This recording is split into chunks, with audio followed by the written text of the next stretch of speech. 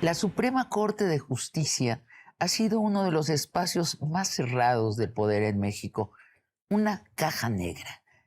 ¿Qué cambió y qué no ha cambiado todavía con una corte elegida en las urnas? Se lo pregunto a la ministra María Estela Ríos. Bienvenidos a Largo Aliento.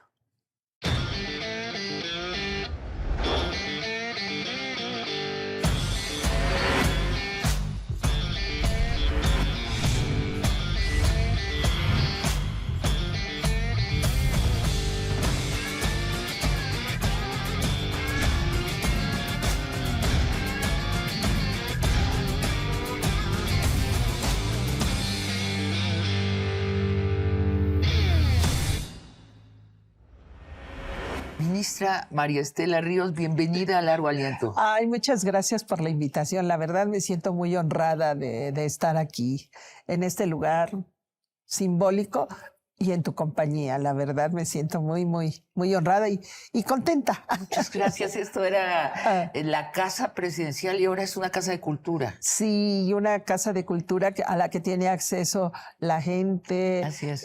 Y está hermosamente cuidado, con flores en pleno invierno. Bueno, eso llama la atención.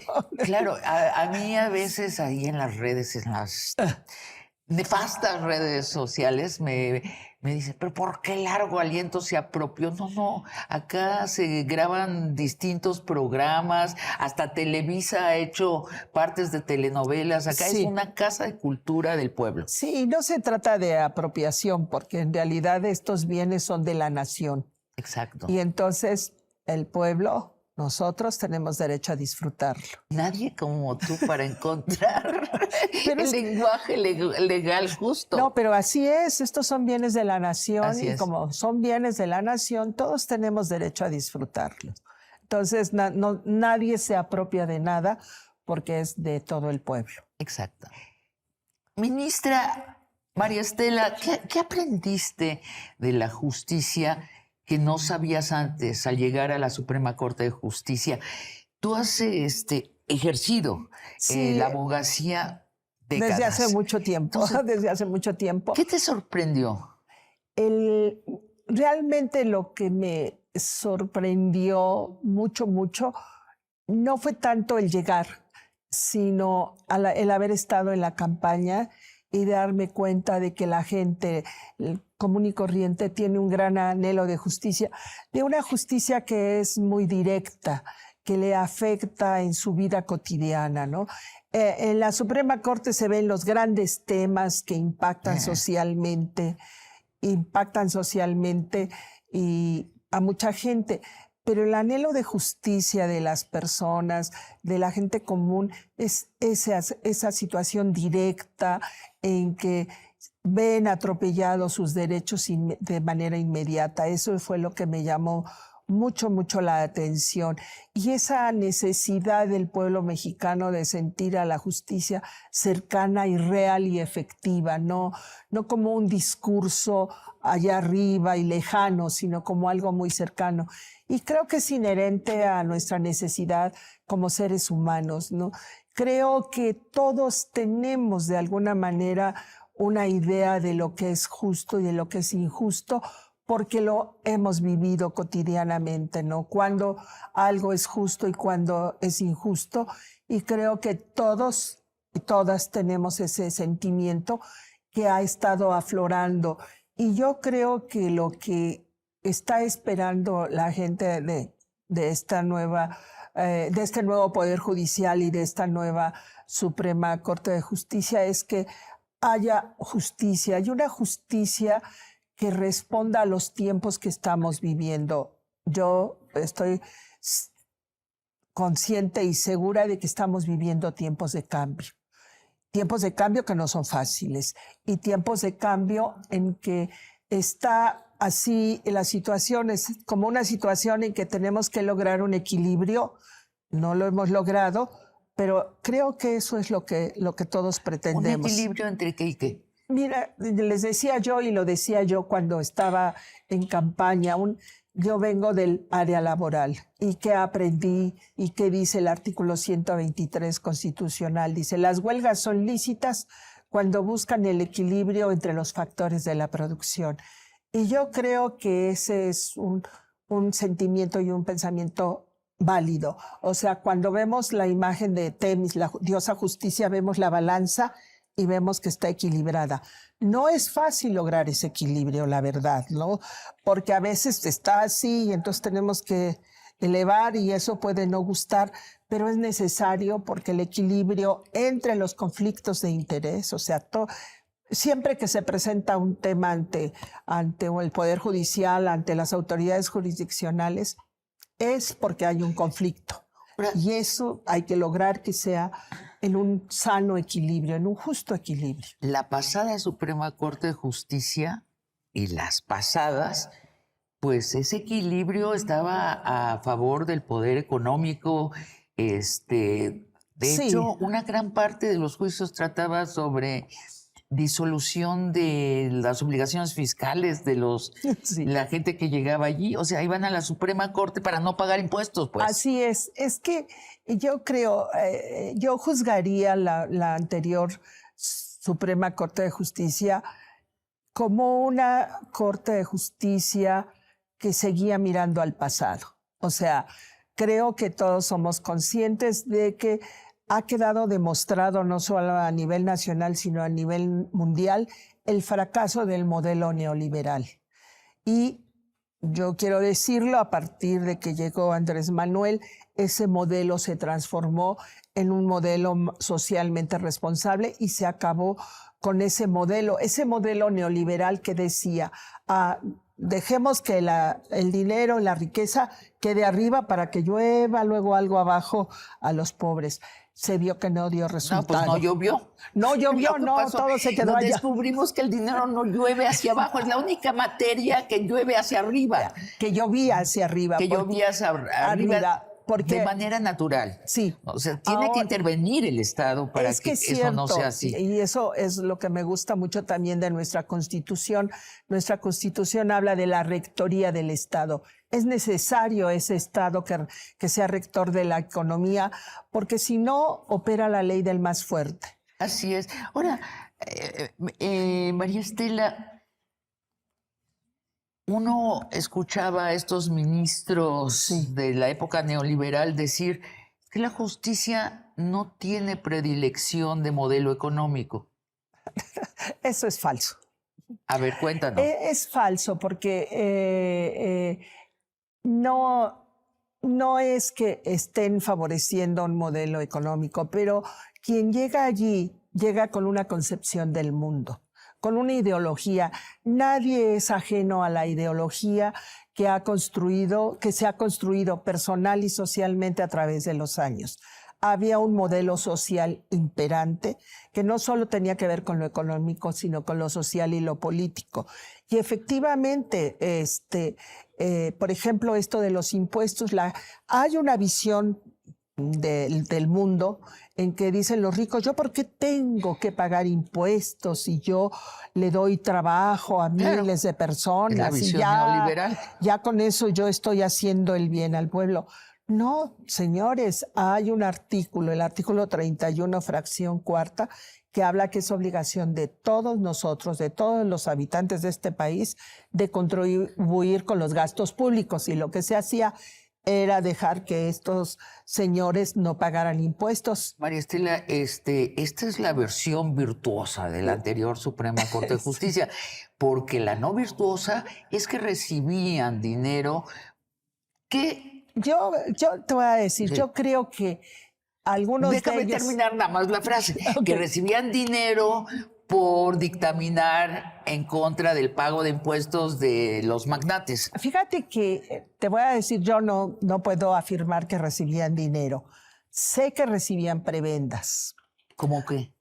Pues yo me enteré de alguien que recibió no me acuerdo el nombre, pero alguien que recibía boletos para ir al Super Bowl y con todo pagado. Vamos a poner la foto. No, así decían, ¿no? No me consta. Pero es poco eso.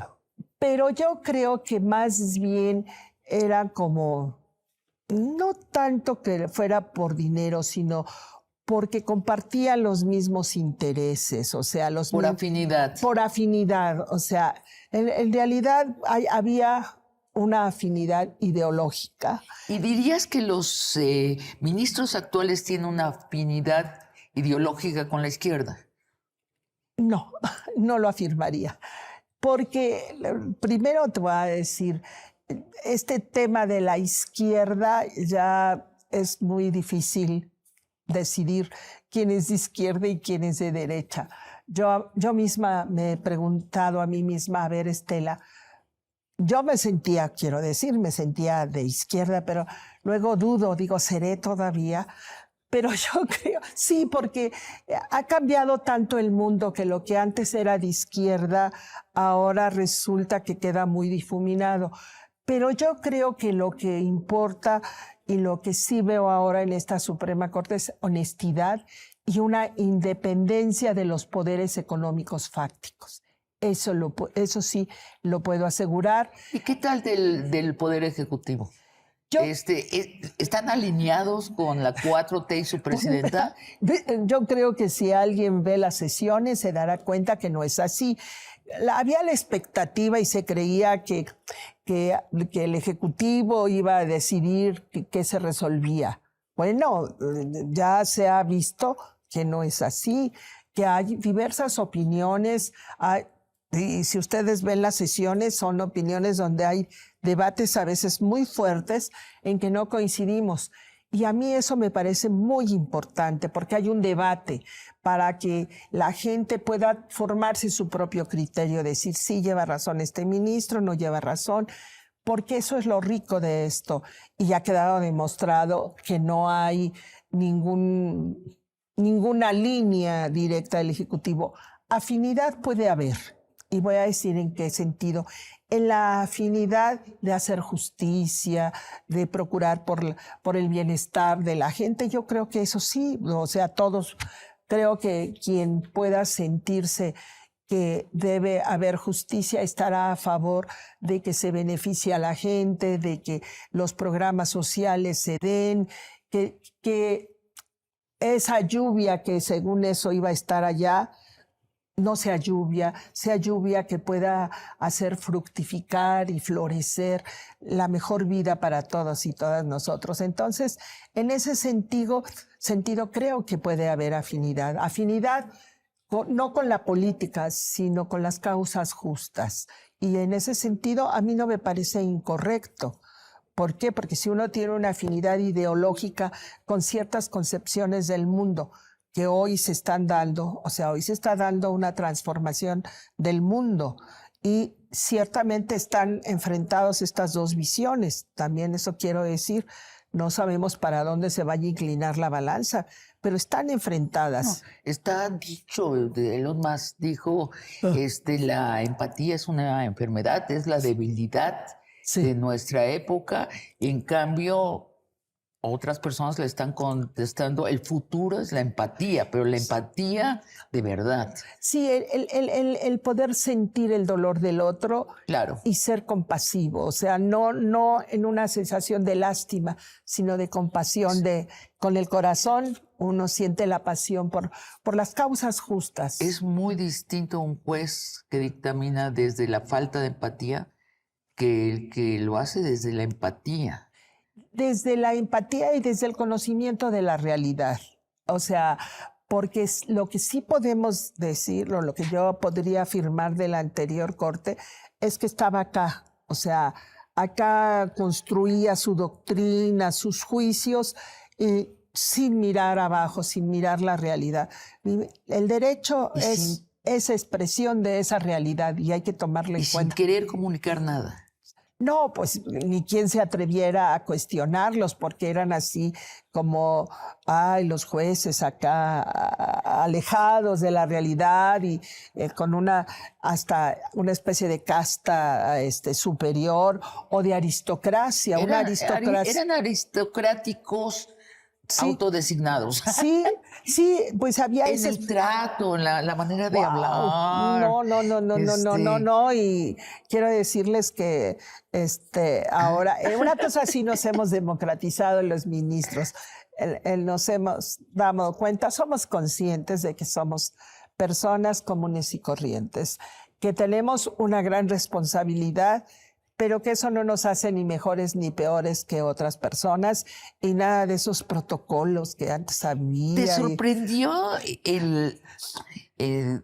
los rituales del cargo? Sí. A ver, cuéntanos. Bueno, la verdad es que yo sí me sentí un poco incómoda porque no estaba acostumbrada. Por fortuna ya fue desapareciendo eso, ya hay una mayor cercanía, porque sí, así de... ¿Qué tal iba a decir batas, no, las túnicas? Fíjate que las túnicas sí me gustan. ¿Sí te gustan? A ver, te voy a decir por qué.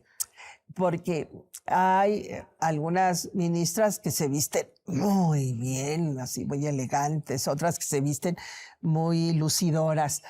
Y en cambio, pues, la toga nos uniforma a todos, entonces uno puede ir más sencillito y no pasa nada. Es una burka de la...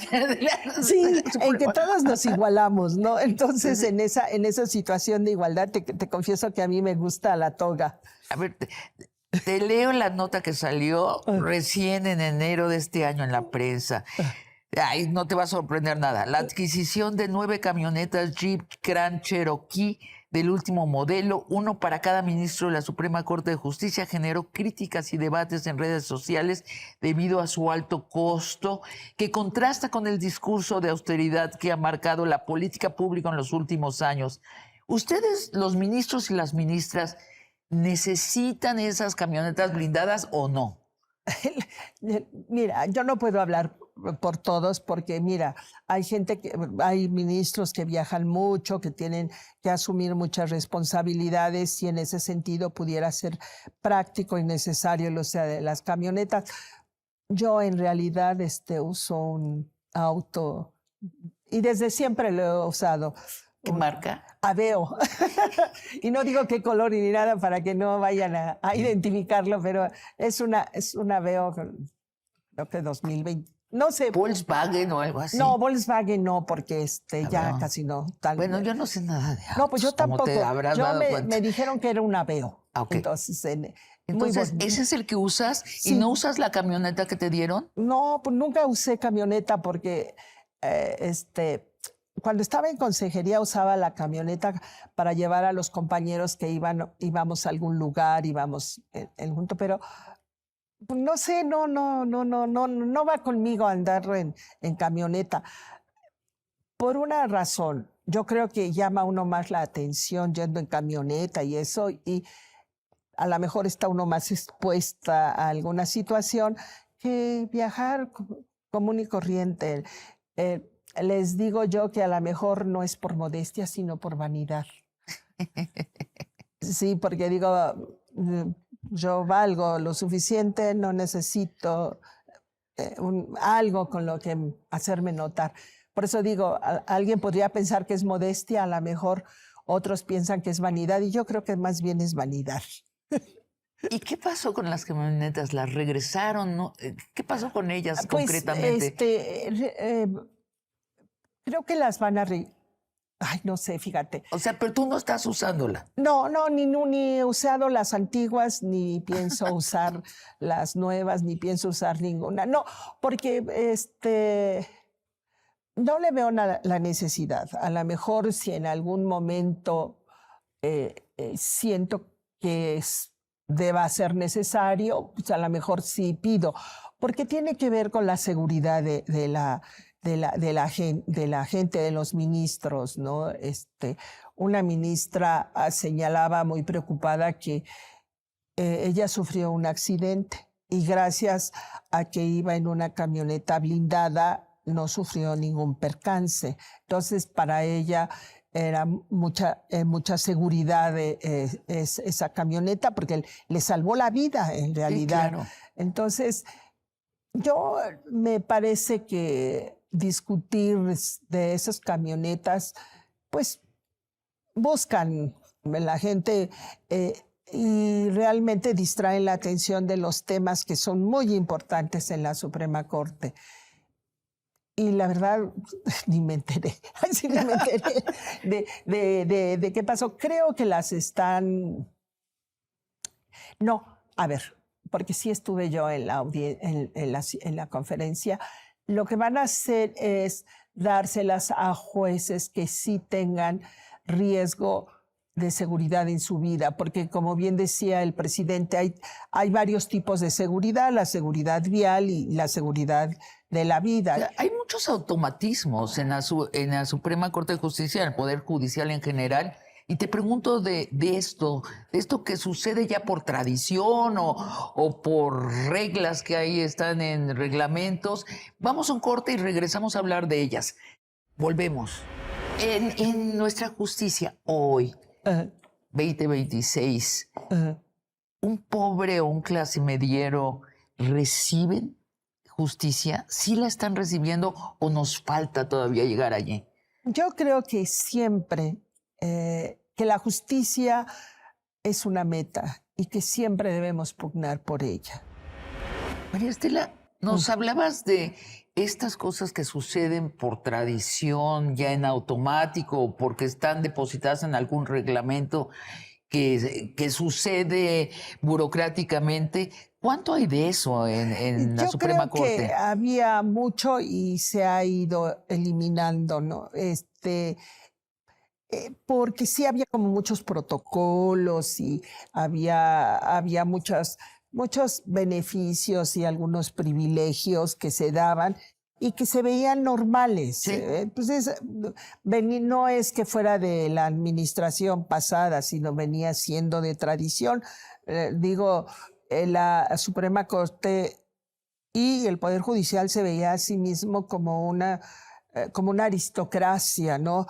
¿Qué quiere decir de aristocracia? Solo los mejores entran, ¿no? Solo los mejores están ahí, y los mejores porque tienen un título, ¿no? Por eso digo que es aristocracia, una especie de nobleza, ¿no? A lo mejor en las monarquías era el príncipe, el duque, el conde, y acá no, es el licenciado, el maestro en derecho, el doctor, o sea, son los títulos que hacen crear ese grupo aristocrático. Y era muy difícil entenderlos. Tuve la oportunidad de entrevistar a varios ministros y los escuchaba y decía, qué ganas de que no se les entienda. Sí. O sea, han desarrollado un lenguaje abstracto que solo los entendidos, los educados, en los lugares donde ellos se educaron lo entienden. Entonces yo, ciudadana, me jodo. Sí. Tengo que ir a tener un doctorado, pedir una beca para poder entender al ministro. Yo creo que hay un error. Sí, el ministro debe saber comunicarse con la gente. Yo creo que sí, mira, pero pasa lo mismo en otras ciencias y artes. Los médicos también, ¿no? Totalmente. Te hacen un diagnóstico y de repente con ese diagnóstico sientes que te vas a morir porque no entiendes de qué se trata. ¿Qué tal las recetas? Sí. Necesitas ir a estudiar medicina para entender la letra. ¿Quién me está recomendando? Sí. Y sí es cierto que se usó y se usa todavía mucho el lenguaje, un lenguaje así muy docto, muy doctrinario, muy elevado, para darle cierta... empaque. Sí, cierto empaque. Y distancia. Sí, así, distancia. Solo los entendidos pueden entender el derecho, ¿no? Solo todos aquellos que han estudiado todo eso podrán acceder a las glorias del derecho. Y tiene una razón de ser. Sin embargo, les decía yo a los compañeros, el derecho lo vivimos cotidianamente. O sea, ¿qué es el derecho en realidad? Un conjunto de reglas para la buena convivencia. Desde las reglas de tránsito, eso es derecho. ¿Por qué? Porque el derecho implica la posibilidad de vivir en sociedad, en una sociedad en conflicto. Y entonces, ¿cómo vas resolviendo esos conflictos? Entendiendo cuál es tu derecho y cuál es el límite a ese derecho. Porque tu derecho tiene el límite en el derecho del otro. Y bueno, y en el derecho, los derechos que se van dando en conjunto para la sociedad. Entonces, todos podemos conocer, Todos sabemos instintivamente del derecho. Lo que pasa es que se nos hace de esa manera para que lo sintamos como algo ajeno y no como algo propio que nosotros mismos estamos construyendo. Que hay personas que tienen la intención de separarse de los otros y otras personas, me atrevo a decir como tú, definitivamente, y como yo, porque trabajo mucho cotidianamente en eso, que tengo la intención contraria, tengo la intención de comunicarme con los otros. Son dos intenciones opuestas. Son dos, miren, son dos líneas que siempre han estado presentes. Yo recuerdo mucho una novela que me llamó mucho la atención de Humberto Eco, El nombre de la rosa. Y es muy bonita porque desde entonces tú ves cómo hay la opción por los pobres y la opción por los ricos. Y siempre han estado en pugna esas dos opciones, ¿no?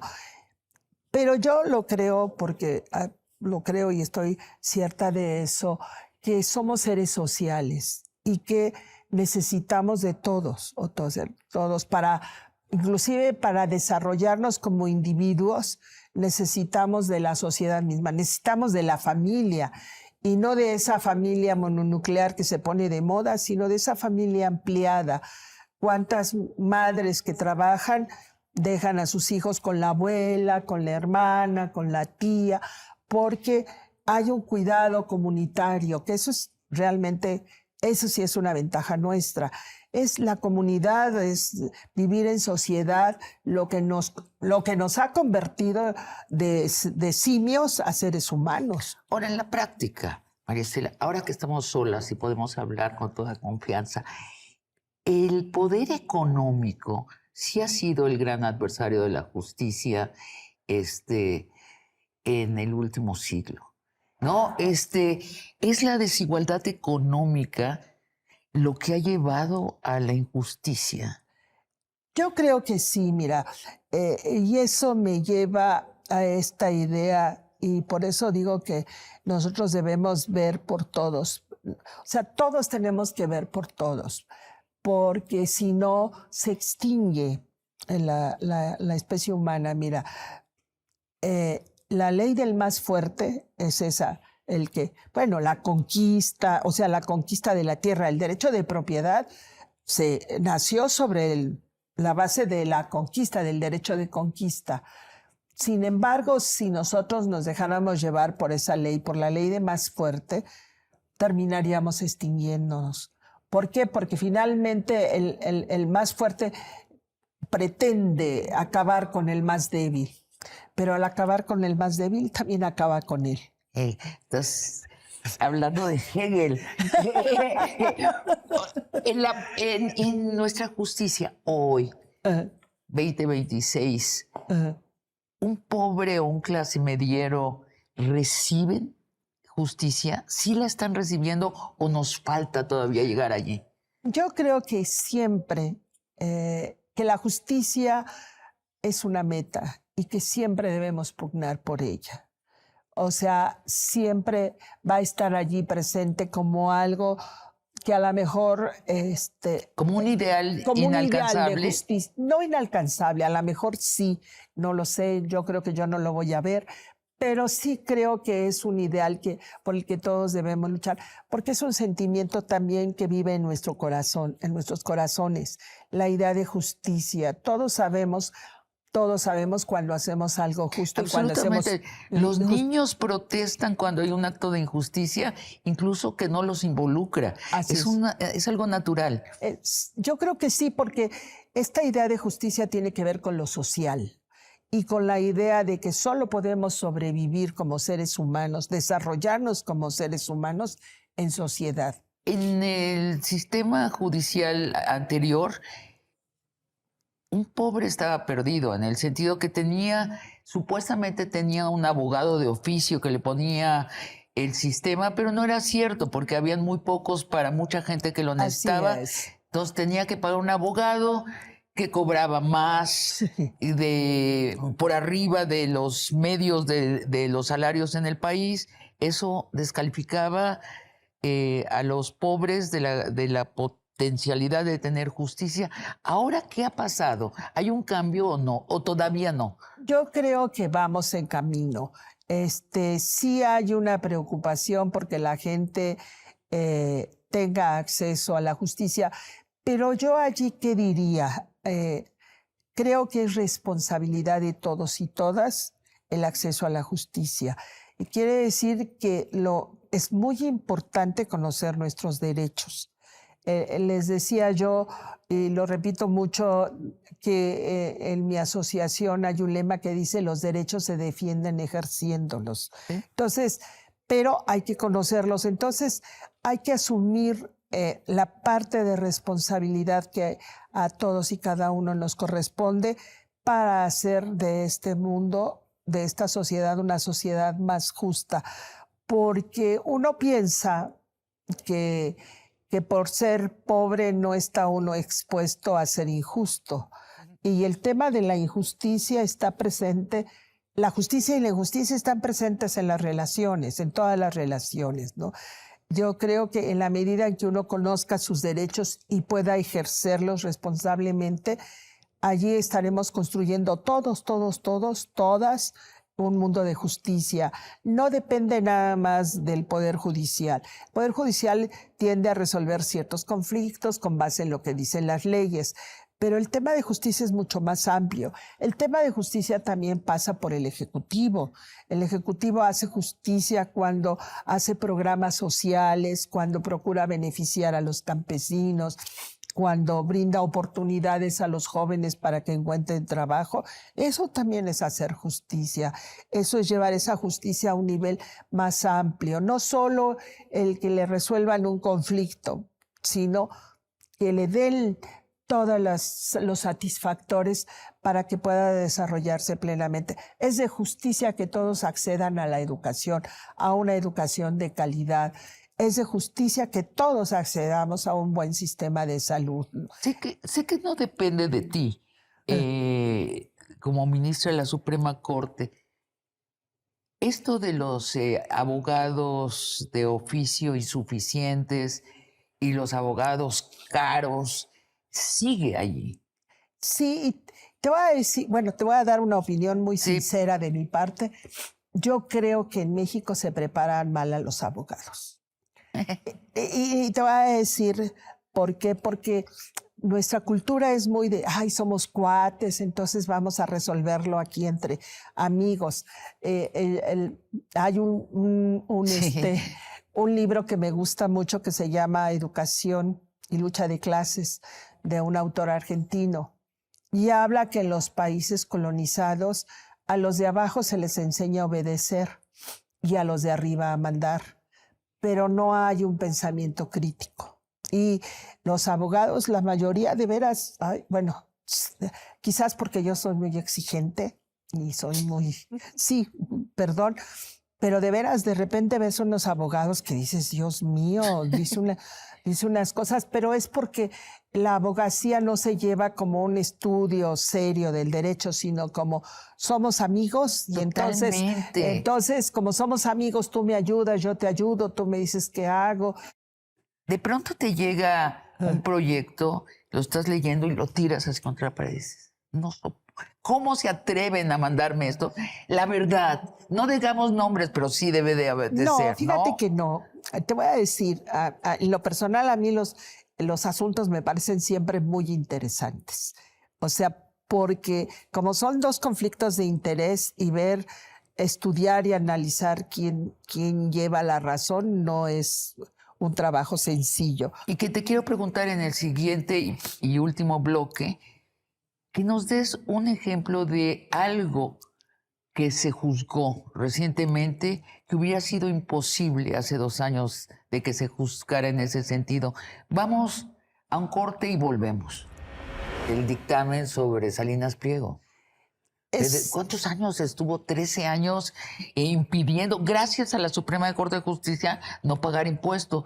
Llegan ustedes y dicen, no, pues sí, ya revisamos y sí tienen que pagar. Es que fíjate que te voy a decir, el tema nosotros no decidimos que tenía que pagar. En realidad lo que se resolvió más fueron los recursos de reclamación que desecharon esos amparos en revisión porque ya los tribunales habían resuelto. Estela, ¿por qué López Obrador te llama de abogada? Fuiste la abogada de la última mitad del sexenio Sí. del presidente López Obrador. Así es. Pues déjame te cuento que yo también quisiera saberlo. ¿No lo sabes? No sé. O sea, mira, entendí que él estaba como haciendo un cambio y en ese cambio entré yo. Entonces, yo, la verdad, para mí fue en lo máximo,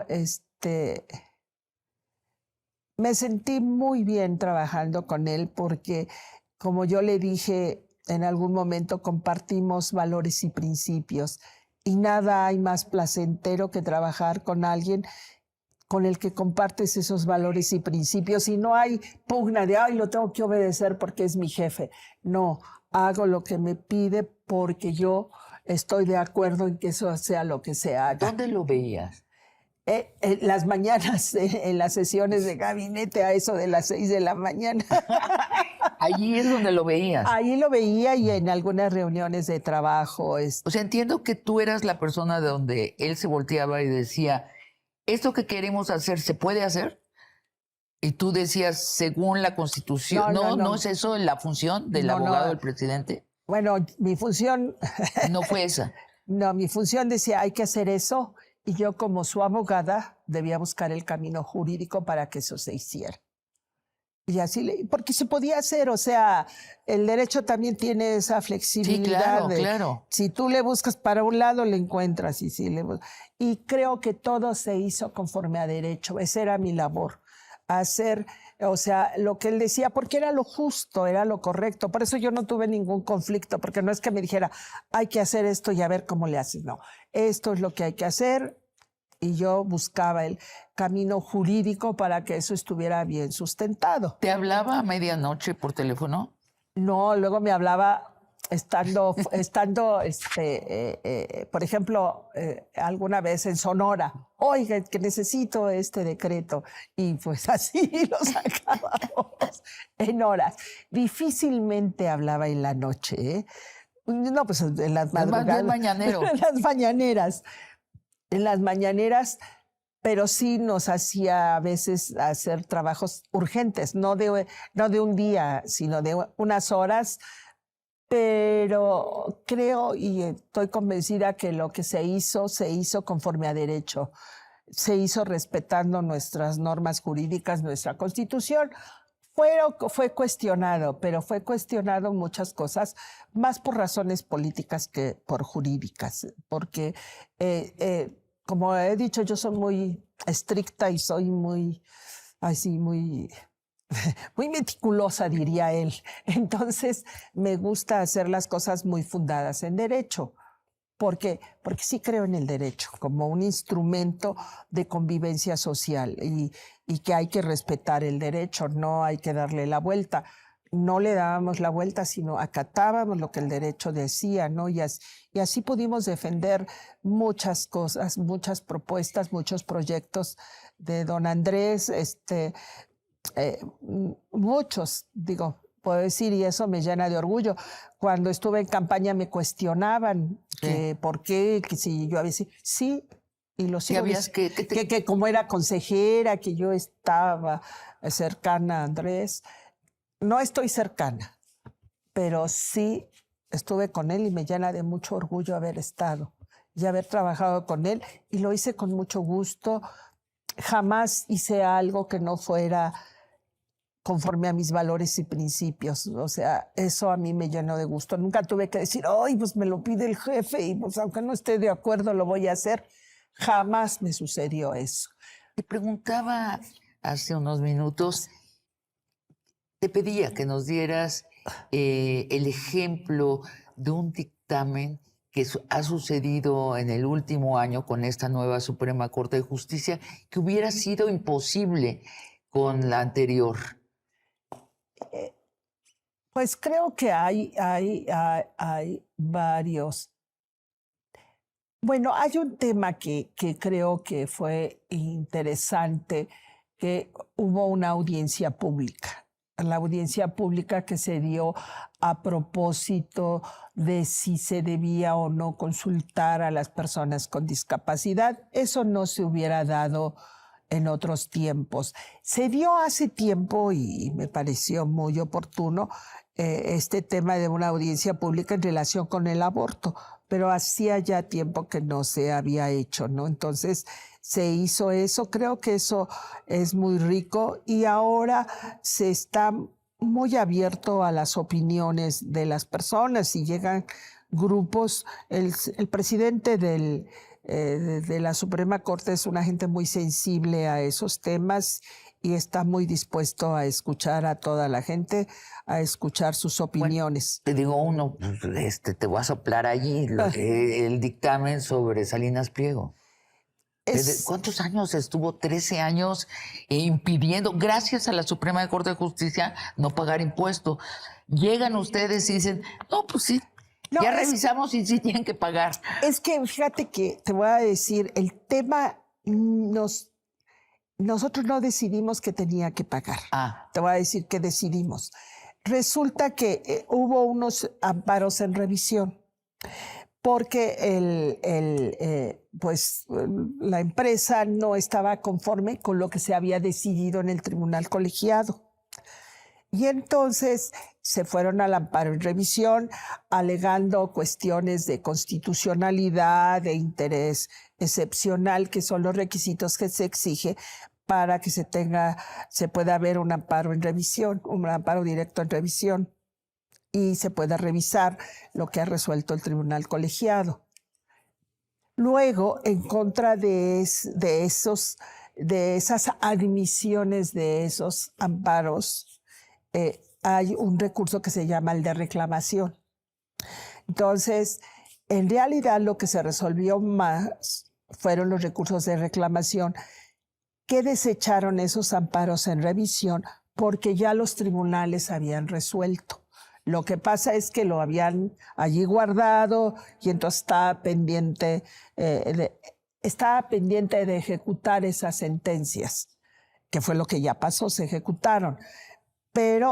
Y creo que solo hubo un amparo que se desechó porque no reunía los requisitos. O sea, para aceptar un amparo en esos términos tiene que haber dos requisitos, que se trate un tema de constitucionalidad y que sea de carácter excepcional. Ninguno de esos requisitos se reunía para admitir el amparo en revisión. Lo que quiere decir es que lo que hicieron sí fue darle todo ese tiempo a la empresa. O sea, lo que ustedes hicieron, ser expeditos. Exacto. Es todo, pero ya estaba juzgado todo. Ya estaba juzgado todo. Y en otra Suprema Corte de Justicia tal vez se hubieran tardado. No, pues se tardaron. No, se 13 años. Se tardaron. Se tardaron. Sí, porque... Y es donde yo digo... Creo que eres muy generosa con tus antecesores de decir no, bueno, tal vez tenían una ideología distinta. Todos los mexicanos pensamos que sí, más bien allí hay mordida escondida. Y yo te insisto, yo no creo que sea mordida, yo creo que eran compatibles. ¿Quiénes los eligieron? A ver, ¿quiénes los pusieron allí? Claro, sí hubo algunos que fueron propuestos por el anterior presidente y bueno, pues cambiaron o se posicionaron de otra manera. Sí. Pero la verdad es que obedecían a sus propias ideas. Y bueno, esa es mi opinión muy personal de alguna ministra que se dejó de seducir, pues decir, ya pertenezco yo a la élite política porque me convocan y me invitan y pues sí, discuto con los grandes intelectuales políticos. Claro, y voy al yate y uso el avión. Pues sí. Wow, ¿no?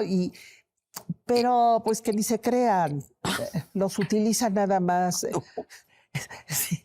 Esas élites son muy cerradas, así que ni aspirar porque luego... Claro, si pretenden casar a sus hijos con los hijos de esos, no van a ser aceptados. No, son utilizados y ha habido pruebas de que se utiliza a esa gente aspiracionista que cree que por estar en un puesto de esta índole ya pertenece a una élite, a una aristocracia financiera o económica. No es así. Y que son utilizados. Y son esos los ministros que hablan en el idioma inventado de la jurisprudencia jurídica que uno dice, por favor, ¿de qué está hablando, señor ministro? ¿Podría traducirnos? Y dice, no puedo traducir porque se degrada. Porque esto es un lenguaje que solo está a la altura de ciertos iluminados.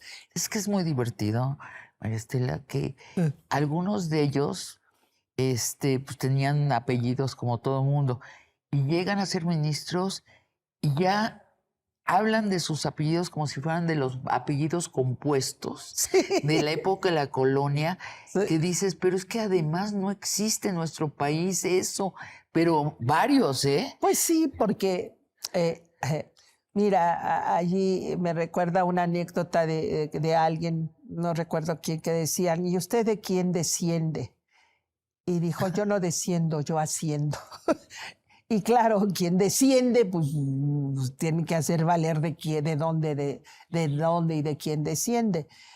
Los que ascendemos, pues no tenemos necesidad. Tú dirías, tú ascendiste. ¿De dónde, María Estela, de dónde vienes? Ya se nos está acabando el tiempo, pero te pregunto, sí, ¿de dónde vienes? Pues yo vengo de una familia de origen humilde, yo creo que podría decir clase baja, que ha ascendido socialmente. ¿Qué hacían tus papás? No económicamente, sí, pero sí socialmente. ¿Qué hacían tus papás? Mira, mi papá en un principio fue albañil, un largo tiempo, después se hizo contratista, mi mamá era ama de casa y después tuvo 2 puestos de ropa en un mercado. A mí me da mucho gusto porque yo viví ese tiempo. Yo les digo que yo puedo ser nieta de la revolución en que hubo un ascenso social. Sí. O sea, tuve acceso a la universidad cuando no se tenía, o sea, ni se pensaba tener acceso a la universidad. Una licenciatura y una maestría. Y ya no me animé al doctorado porque dije, doctora, pero doctora corazón. Eso sí.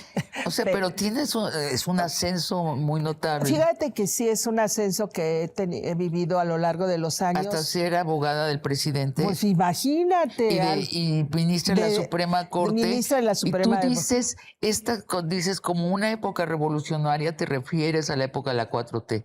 Que en la época de la 4T tú has podido ascender. Así es. Y en otra época no hubieras ascendido. Ni quería yo. O sea, te voy a decir, cuando llega Cárdenas a ser jefe de gobierno, me ofrecen entrar a la administración y entonces acepto.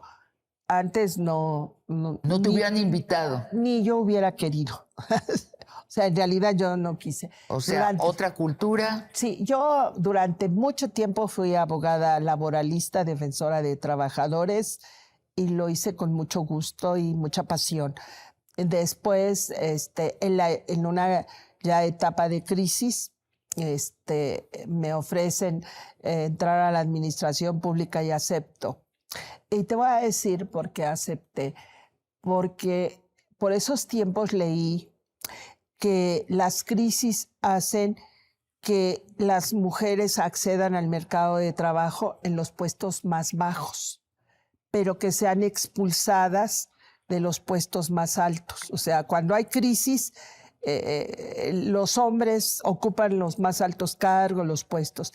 Yo era abogada que tenía mi propio despacho, pero entonces cierran empresas y se ve disminuido pues mi clientela. Por fortuna no me lo atribuí como una incapacidad mía, sino como una situación de una crisis en que las mujeres que éramos profesionales íbamos a ser expulsadas. Y ciertamente los hombres siguieron en el mercado del trabajo en el sentido de siendo abogados. Y sí, me di cuenta también que las mujeres entraban a esos puestos que dejaban los hombres, o sea, los hombres dejaban de ser ocupados y pasaban a ser las mujeres. Entonces, entendiendo eso, cuando me ofrecen integrarme a la administración, acepté. Y te voy a decir también cuál fue mi reflexión cuando entré a la administración. Mira, ser de izquierda y estar en la lucha así de trabajadores, de defensa, es cómodo. Y te voy a decir por qué. Porque ahí tú siempre eres el bueno. O sea, tú estás defendiendo las mejores causas. A los trabajadores. Y te deja muy tranquila tu conciencia. Entrar al gobierno ya es tomar decisiones difíciles. Sí. Ya no es blanco y negro, sino ya tienes... Así es, ya estás del lado del poderoso. Sí, del lado del poder, y tienes que establecer una relación distinta, porque ya no puedes decir esto es blanco y negro, sino ya tienes que ver todos los matices para poder tomar decisiones. Entonces, no es fácil. No es fácil estar. ¿Tus padres viven? No, ya hace mucho. No, ¿Ya hace mucho? No, pues imagínate, yo ya soy, si estuviéramos en otro tiempo, yo ya estaría viviendo tiempo extra. No, te iba, sí, igual. Y doy gracias a la vida de que aquí estoy y que cumpliré con mi compromiso hasta el último día. ¿Tienes alguna frase que tú quisieras que la gente dijera al referirse a ti?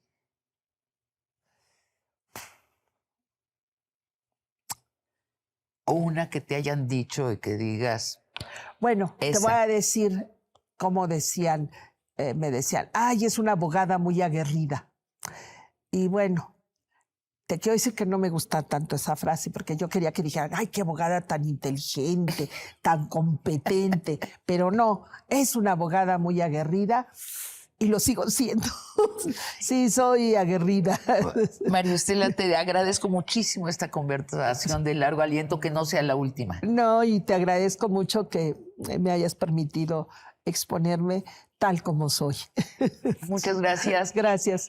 Y a ustedes, amigos y amigas, los esperamos la próxima semana en otra conversación de largo aliento.